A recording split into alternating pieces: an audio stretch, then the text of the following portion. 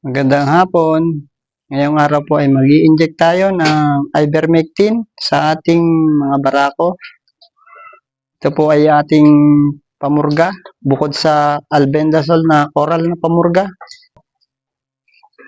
Ang ivermectin po kasi ay nagagamit natin pamurga at pamatay ng external parasite sa ating mga barako. Nagagamot din ng ivermectin ang mga sakit sa balat. Pag meron silang mga sugat-sugat at galis-galis.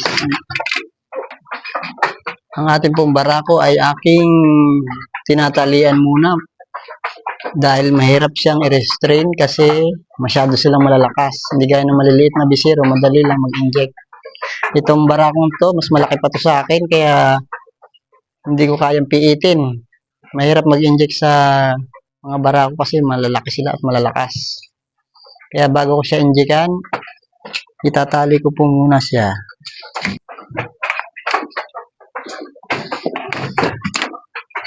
Ganito ba ako? Hindi pwedeng at ang likot mo eh. Hirapan ako mag-inject.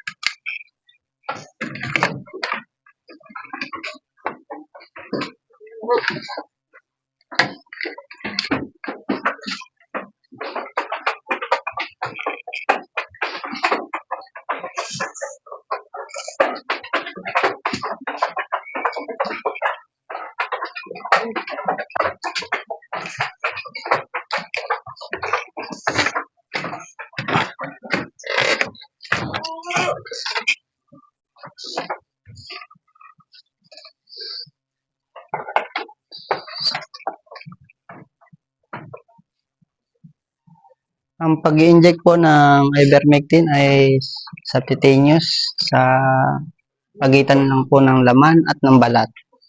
Hindi po gaya ng mga vitamins ini-inject natin sa mga muscle. Ito po ay sa pagitan lang ng balat at ng laman.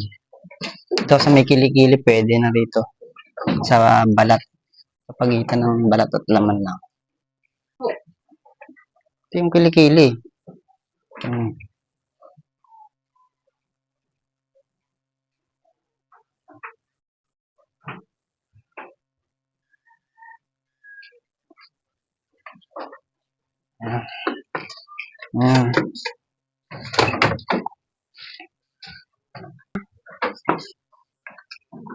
Tatanggalin ko na uli ang ating kay Tisoy at mahirap ito. Tisoy, tatanggalin ko na. Tapos na. Yun lang, higpit. Mabait na si Tisoy. Nakakatakot lang ang sungay nito. Mabait na yung si Tisoy, oh. Pogi. Ang laki-laki. Mas malaki pa kay Pogi yan. Yan po si Tisoy, oh. Mabait na siya.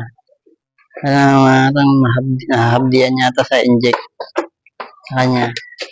Ayan, Tisoy. Oh, nagagalit. Nagagalit po, oh. Tingnan nyo naman gano'ng kalaki. Mas malaki pa sa akin yan, si Tisoy.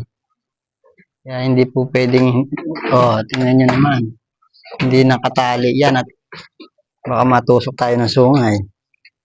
Nag-iingat lang po tayo, kaya tinatali natin siya bago i-injectionan. Hindi naman po siya tapang na barako. Kaya lang nakakatakot lang yung sungay niya. Maamo naman po siya, oh. Maamo siya. Nangaharot siya na nanguuntog. Karaniwan sa mga barako, nanguuntog sila. Yung pangaharot nila ay panguuntog. Maamo po yan, kaya lang para sa ating safety, dahil nag-iisa rin ako at wala akong katulong, ayan, tinatali ko lang yan. Diskarte lang po para ma-inject natin yan. Kasi kung mag-isa ka lang at hindi mo sila itatali, mahihirapan ka talaga. Baka masuwag ka pa niya, no? Kaya pag tinalihan po, simple lang at madaling mag-inject. Yan, diskarte. Mabait naman po yung mga barako natin, kaya lang, pag nag-i-inject po, kailangan talaga mahihirapan ka pag hindi mo ikatali. Yan lang po yung diskarte pa. Kahit nag-iisa ka lang, makapag-i-inject ka ng vitamins o kaya ivermectin dyan, ng mga gamot. Hindi gaya po sa mga inahin, madaling injekan. At dyan sa ating kambing na makukulit, ayan, at matataka, wala po kayong makikita mga dahon pagka ganyan, mangungumpay na naman po ako maya maya.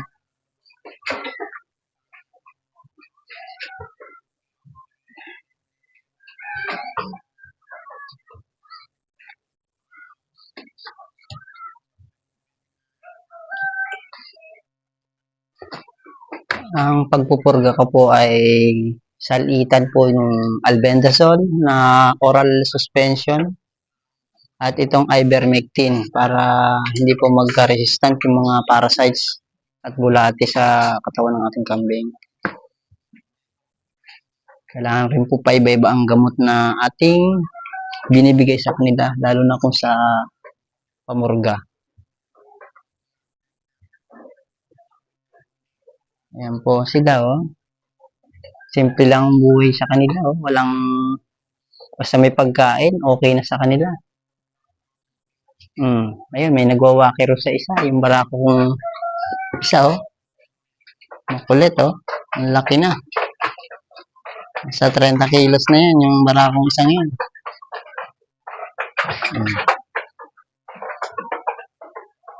Yung si Pogi.